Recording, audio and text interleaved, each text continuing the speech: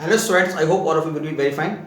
Students, today our subject is software engineering for BCA 5th semester and students today our the most important topic is PERT. Student PERT हमने जो है इससे पहले हमने topic start किया था यानी कि प्रोजेक्ट एवल्यूशन रिव्यू टेक्निक। ये स्टूडेंट हमारा टॉपिक है, तो ये स्टूडेंट इस टॉपिक का हमारा पार्ट 2 है।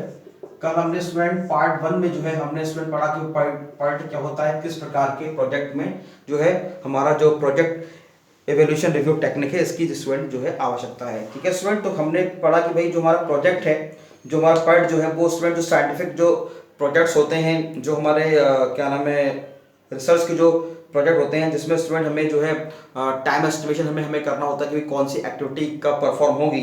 तो इसका मतलब तो part is to find out whether the job could be finished by given day.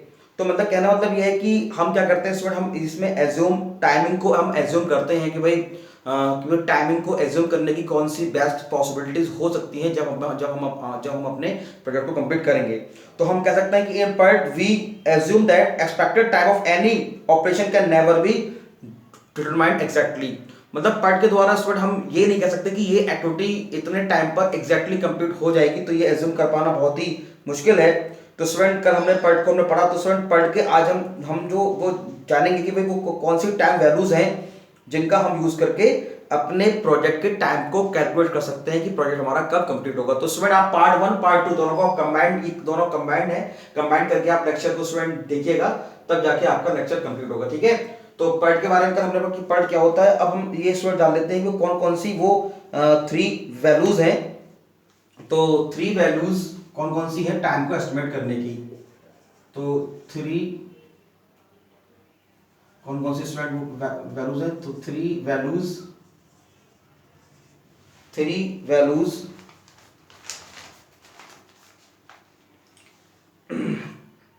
3 values वो हमारी कौन कौन सी है टाइम को एस्टिमेट। तो 3 values associated with the each operation, 3 values associated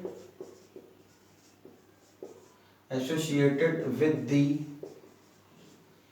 each operation. ठीक है, 3 values associated with the each operation. तो उसको हम और ईच ऑपरेशन और एक्टिविटी, इसको हम एक्टिविटी बोलते हैं, ईच ऑपरेशन और activity.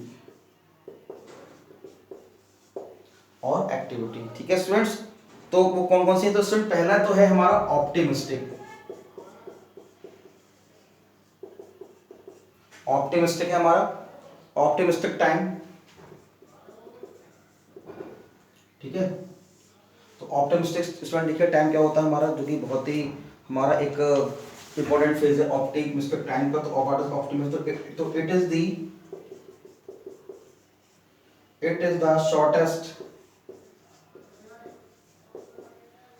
The shortest possible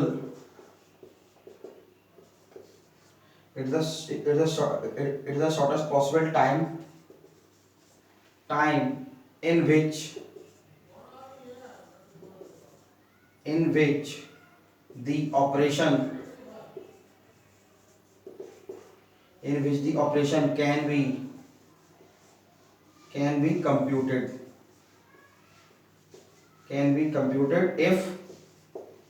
if everything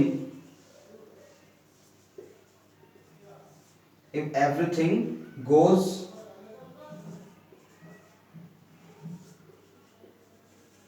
very well,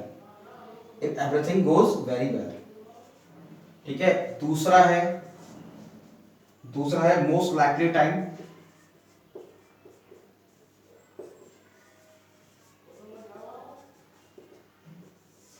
ये क्या कहता है, it is the estimate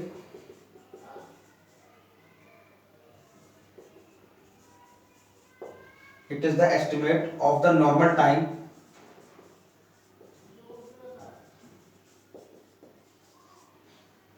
time the operation would take the operation would take the operation would take।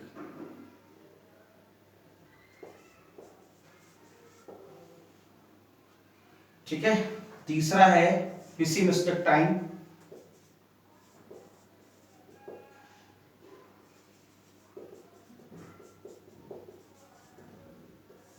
pessimistic time, so it is the longest time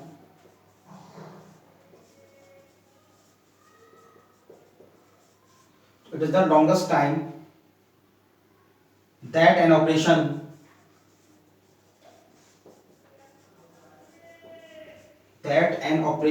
could take under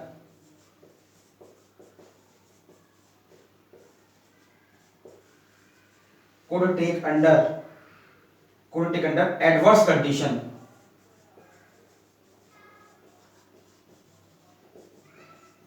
Could take under adverse condition. ठीक है students, तो ये students एक बहुत ही important हुआ कि भाई ये 3 टाइम हमने माने कि भाई पहला तो हमारा ऑप्टिमिस्टिक टाइम, तो it is the shortest possible time in which the operation can be computed if everything goes well. अगर सब कुछ अच्छा चला तो ये स्टूडेंट हमारा सबसे शॉर्टेस्ट पॉसिबल टाइम होगा इस पूरे प्रोजेक्ट को कंप्लीट करने के लिए। ठीक है स्टूडेंट, दूसरा हमने टाइम माना मोस्ट लाइकली टाइम, मतलब if the estimate of the normal time the operation would take, मतलब ये एक नॉर्मल टाइम है जो कि हमारा जो एक्टिविटी है, जो ऑपरेशन है वो की जो कि लेगा मोस्ट लाइकली इसको हम बोलते हैं। एंड पेसिमिस्टिक टाइम, तो it is the longest time, मतलब हमने एक लॉन्गेस्ट टाइम माना कि it is the longest time that an operation could take under adverse condition, मतलब अगर एडवर्स कंडीशन होंगी, ज्यादा समय लेगा तो उसमें हम उसको पेसिमिस्टिक टाइम हमने बोला। तो हमारे 3 टाइम हो गए किसी भी एक्टिविटी को कंप्लीट करने जो हमने माने कि भाई ऑप्टिमिस्टिक टाइम ले सकता है, मोस्ट लाइकली टाइम ले सकता है, या पेसिमिस्टिक टाइम ले सकता है। प्रोजेक्ट जो है टाइम, इतना टाइम उसमें लग सकता है।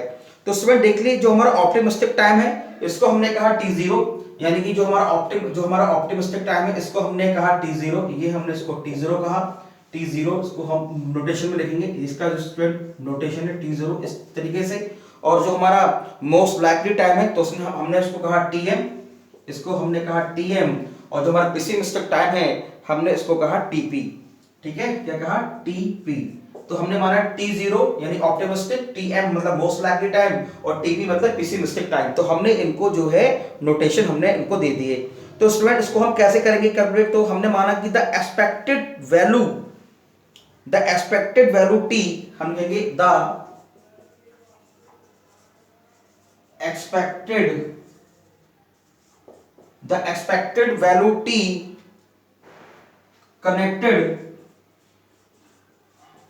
the expected value T connected with any operation is given by with any operation given by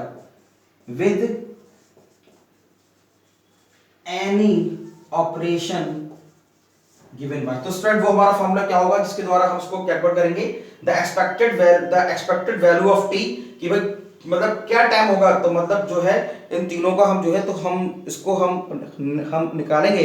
तो स्टूडेंट हमारा फॉर्मूला निकल के आएगा T इज इक्वल टू, बहुत ही इंपॉर्टेंट है, T is equal to T0 plus 4Tm, T0 plus 4Tm plus Tp upon 6। ये student हमारा फॉर्मूला हुआ T को निकालने का, जो एक्सपेक्टेड वैल्यू ऑफ T होगी। T is equal to T0 plus 4Tm multiply में 4Tm प्लस Tp अपॉन 6। तो अगर मान लो हम माने कि भाई एट द सेम टाइम अगर मान लो सेम टाइम लगेगा तो हम कैसे देते पॉसिबल वेरिएंस ऑफ T, यानी T में अगर मान लो वेरिएंस आएंगे, जो हमने T माना है, यदि मान लो उसमें वेरिएंस आएंगे तो फिर जो है इस फार्मूले को हम कैसे कैलकुलेट करेंगे? तो हम ले सकते हैं the variance of T is given by the variance of at the same time, the variance of T is given by the variance of T is given by. तो स्टूडेंट ये हमारा फार्मूला क्या हो जाएगा? ये हमारा हो जाएगा, इसको हम कहेंगे VT इज इक्वल्स टू हमारा स्टूडेंट ये हमारा आ जाएगा TP माइनस T0 अपॉन 2, और स्टूडेंट इसका पूरा हो जाएगा upon TP minus T0 upon 6 है ना नीचे, अपॉन नीचे 6 है, तो 6 का ये हमारा हो जाएगा होल स्क्वायर। ठीक है, यानी कि अगर यदि एक ही सेम टाइम पे, यानी टाइम हमारा अगर वेरिएंस कर रहे हैं तो उसमें हमारा जो VT यानी कि वेरिएंस ऑफ T हो जाएगा TP माइनस T0 अपॉन 6 का होल स्क्वायर। तो ये स्टूडेंट हमारा जो है ये हमारा वो टाइम है जिसके द्वारा हम इसको कैलकुलेट करते हैं। बहुत ही इंपॉर्टेंट है स्टूडेंट ये टॉपिक। जो कि स्टूडेंट अभी हमने कंप्लीट किया पार्ट, ये हमारा पार्ट 2। इससे पहले हमने पार्ट के बारे में पढ़ा। अब देखिए स्टूडेंट, ये एक एग्जांपल है स्टूडेंट मैंने लिया है। जैसे मान लो कि ये स्टूडेंट हमारी एक एक्टिविटी है, हमने ये पार्ट चार्ट के द्वारा आपको समझाने की कोशिश की है कि part network chart for a 7 month project. ये कितने, ये स्टूडेंट जो है 7 मंथ का ये प्रोजेक्ट है जो हमें कंप्लीट करना है। प्रोजेक्ट विद 5 माइलस्टोन, ये आपके 5 माइलस्टोन है, 1 2 3 4 5 विद 5 माइलस्टोन 10 थ्रू 50, यानी 10 से लेके 50 तक हमें जो है 10 से लेके 50 तक हमें मतलब जो है मतलब पहुंचना है। And 6 activities A to F, और हमारी क्या स्टूडेंट 6 एक्टिविटीज है हमारी A to F, उनका A B C D E और F। तो दीज आर द एक्टिविटीज। तो ये हमारी 6 एक्टिविटीज हैं। जैसे मान लो हमें 10 से लेके 50 तक हमें पहुंचना है, तो स्टूडेंट देखिए हम ऐसे भी जा रहे हैं, ऐसे भी जा रहे हैं और हम ऐसे भी जा रहे हैं, ठीक है ना। तो हम मतलब 10 से लेके 50 तक हमें कंप्लीट करना है, 7 मंथ का ये प्रोजेक्ट है। तो स्टूडेंट जो भी हमारे बेस्ट, जो भी हमारे मतलब जो हमारे 3 प्रकार का टाइम है, तो मतलब इस तरीके से हम एक्टिविटीज को स्टूडेंट शो करते हैं PERT के द्वारा। तो PERT network chart for a 7 month project with 5 milestone, 10 से लेकर 50 तक, 10 to 50 and 6 activities A to F। ए से लेकर तो स्टूडेंट मतलब आप 50 तक जाने के लिए एक पाथ ये है, एक पाथ ये है और एक पाथ ऐसे है। तो स्टूडेंट जो बेस्ट टाइम होगा उसको हम इस फॉर्मूले के द्वारा हम कैलकुलेट कर लेंगे, ठीक है स्टूडेंट। तो एक बहुत ही इंपॉर्टेंट स्टूडेंट हमने जो है टॉपिक हमने कंप्लीट किया।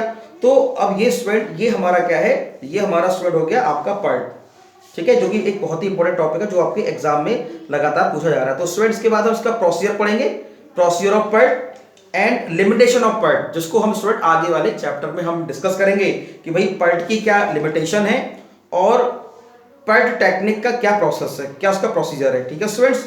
तो हम इसको आगे आने वाले लेक्चर्स में पढ़ेंगे। हमने स्टूडेंट आज जो है जो उसकी जो 3 जो वैल्यूज हैं कि भाई वो कौन सी 3 वैल्यूज है जिसके द्वारा हम प्रोजेक्ट इवोल्यूशन रिव्यू टेक्निक को हम जो है कैलकुलेट करेंगे।